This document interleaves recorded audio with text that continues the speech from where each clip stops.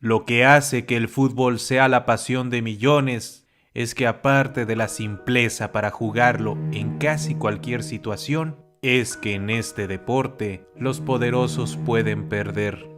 Lo que para unos es una derrota humillante, del otro lado es una hazaña, y si lo logras en medio de una Copa del Mundo, el valor de esta hazaña se eleva a lo épico. Sin embargo, ¿puede una hazaña histórica ser el camino a la perdición de quien la hizo?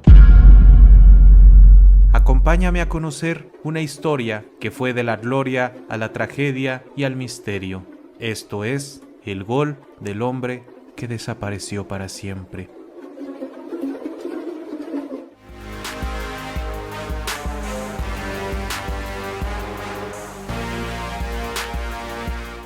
Era el Mundial de Brasil en 1950. Después del horror de la Segunda Guerra Mundial, el balón volvía a rodar. En el grupo 2 estaba integrado por la poderosísima Inglaterra, la competitiva España, la novata selección chilena y una desconocida selección de los Estados Unidos. Chile era un país que, si bien no figuraba en esa época en el mapa futbolístico, mínimo sí tenía una liga y tenía afición, por lo que los americanos eran claramente los más débiles. Inglaterra en la primera jornada no tuvo problemas al despacharse a Chile 2-0, mientras que España hacía lo mismo 3-1 con los Estados Unidos. El 29 de junio de 1950, Inglaterra se vería las caras con los Estados Unidos en Belo Horizonte. A pesar de ser su primer mundial, los ingleses venían muy sobrados y eran los claros favoritos, ya que ellos habían inventado el fútbol y se habían negado a participar en las anteriores Copas del Mundo al considerarlas de inferior calidad a su liga profesional. Y teniendo al frente a la selección de un país donde básicamente no existía el deporte, esta era una victoria asegurada.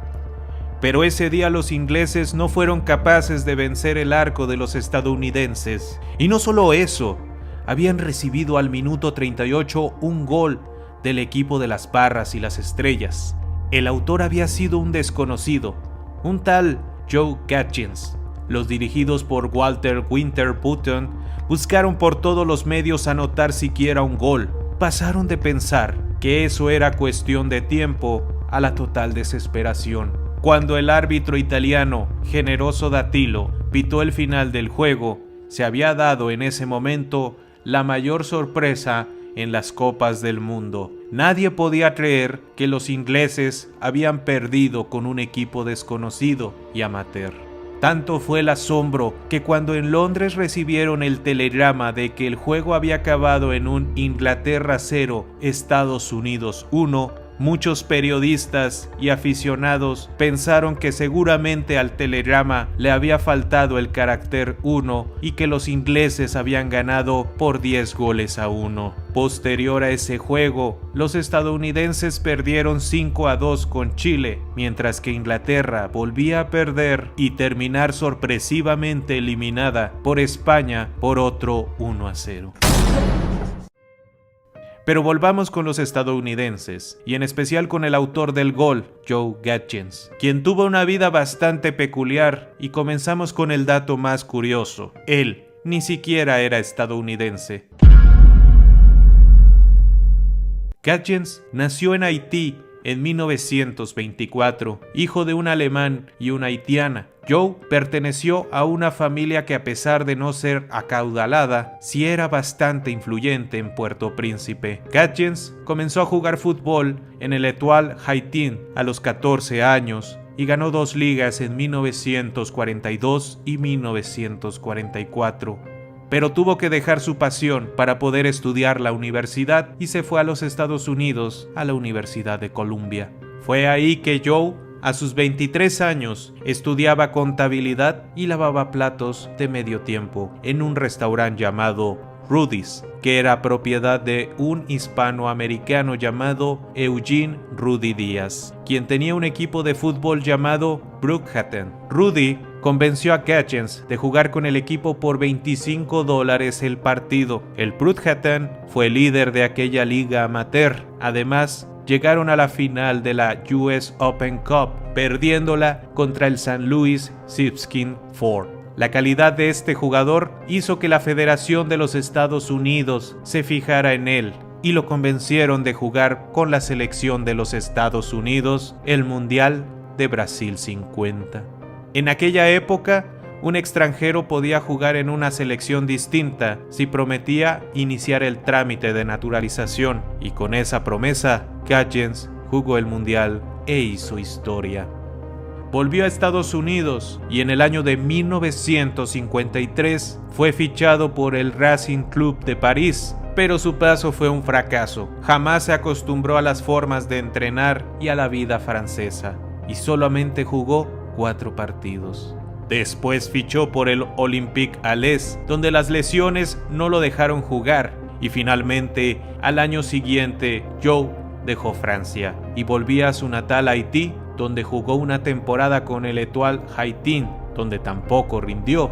El 23 de septiembre de 1953 fue convocado por la selección de Haití a jugar la eliminatoria para el Mundial de Suiza 54 contra México. Gadjens podía jugar con Haití debido a que jamás hizo los trámites para la ciudadanía estadounidense. Su convocatoria era una especie de homenaje, ya que en ese juego contra México fue su último partido en su carrera a los 29 años. Después Gadjens se dedicó a ser un empresario muy conocido en Haití. Es aquí donde empieza la tragedia en su vida. Gadjens era visto en Haití como un héroe deportivo. Fue la imagen de varias marcas en aquel país, pero formaba parte de una familia muy reconocida en Haití y por ende con muchos vínculos políticos. Como Louis de Joy, quien era un familiar lejano, pero este hombre había sido candidato a la presidencia de Haití, perdiendo las elecciones con François Duvalier. ¿Quién es François Duvalier?, se preguntarán ustedes. François Duvalier, mejor conocido como Papa Doc, llegó al poder y con el paso del tiempo se volvió en un tirano dictador en Haití. Él se reconocía como un Hugan, que es el término para los sacerdotes vudú, y renovó la tradición de aquella religión en aquel país. Imitaba la imagen del barón Samedi, quien era la deidad vudú de la muerte y de los cementerios. Y en 1964 se proclamó presidente vitalicio. Duvalier comenzó una cacería implacable a sus opositores. Lamentablemente para Gadjens, 2 de sus hermanos eran sospechosos de ser cercanos a grupos disidentes en República Dominicana que buscaban orquestar un golpe de estado. Y tanto él como la mayoría de su familia eran mulatos, uno de los grupos étnicos que Duvalier descargó todo su odio. El 8 de julio de 1964, toda la familia Gadjens abandona el país en la madrugada debido a que había rumores de que estaban haciendo detenciones multitudinarias. Todos abandonaron el país, excepto Joe, quien creía que no corría peligro porque nunca se había metido en la política y que probablemente su reconocimiento como deportista famoso lo mantendría a salvo. Lamentablemente para él, la policía política de Haití, los Tonton Macutes, irrumpieron en su casa horas después para detenerlo. Esa fue la última vez que se le vio con vida.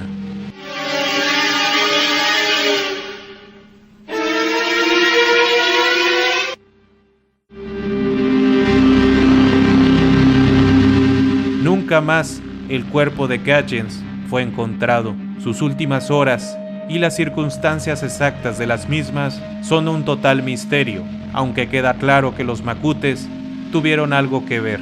También se especula que debido a que fue conocido su papel con Estados Unidos en la Copa del Mundo de 1950, esto pudo haber desatado la furia de los ultranacionalistas en las filas de los Macutes. El régimen de Papa Doc mató a más de 30,000 personas. Los Macutes mataban no solo a opositores, sino también a sus familias, a sus amigos, empleados y hasta los animales domésticos. Y quemaban los cuerpos y hacían estallar las casas. Probablemente de esta manera también fue el final de Joe. Este régimen de terror duró hasta la muerte de Papa Doc en 1971. De ahí, su hijo Jean-Claude mantuvo el poder y el régimen de terror hasta 1986, cuando cayó su régimen y Jean-Claude tuvo que huir a Francia, mientras que el pueblo y los rebeldes se vengaron matando por miles a los macutes que quedaban y desenterraron el cuerpo de Papa Doc para destrozarlo.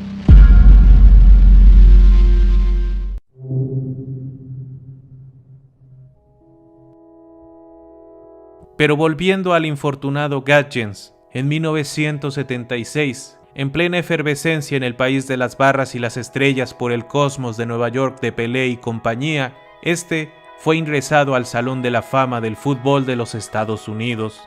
Aquel mundial donde Gatchens participó en 1950 sería el último de la selección estadounidense hasta que volverían a una Copa del Mundo en Italia 90. En Haití se ha intentado hacer homenajes a Gatchens, como uno que se planeó en 2000, que al final fue cancelado. A pesar del misterioso y trágico final de Gatchens, el gozo de una gloria tan grande y significativa como efímera que hoy nos lleva a recordarlo en donde quiera que esté. Antes de terminar este video me gustaría mandar saludos para Mefer Avilayayi, saludos para César Espinosa, Ronnie André Rivas, Marcela y finalmente saludos para Felipe Silva. Y recuerda que los mejores comentarios y saludos aparecerán en el próximo video que publiquemos, así que estate pendiente. Si te gustó este video, te encargo manita arriba. Si te gusta lo que estamos haciendo, suscríbete y dale click en la campanilla para que así cada nuevo video te llegue en forma de mensaje y no te pierdas lo que estamos haciendo. Agradezco el tiempo para quienes estén viendo este video y nos veremos en el próximo. Chao y bye.